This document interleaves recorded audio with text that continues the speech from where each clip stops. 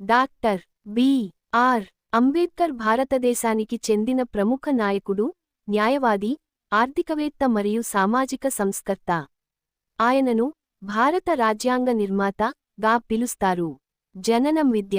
ఆయన చాలా కష్టపడి చదివి విదేశాల్లో ఉన్నత విద్యను పొందారు. కొలంబియా విశ్వవిద్యాలయం USA, London school of economics UK. సాంప్రదాయక భవనం ముఖ్య సేవలు. భారత రాజ్యాంగాన్ని తయారు చేసిన ప్రధాన వ్యక్తి. దళితుల హక్కుల కోసం పోరాడిన గొప్ప నాయకుడు. సమానత్వం, స్వేచ్ఛ, న్యాయం కోసం కృషి చేశారు. తక్కెడ ఆలోచనలు. అంబేద్కర్ సమాజంలో ఉన్న అసమానతలను తొలగించాలనే లక్ష్యంతో పనిచేశారు. విద్య పొందండి, ఉద్యమించండి, సంఘటితంగా ఉండండి అనే నినాదం ఇచ్చారు. మరణం.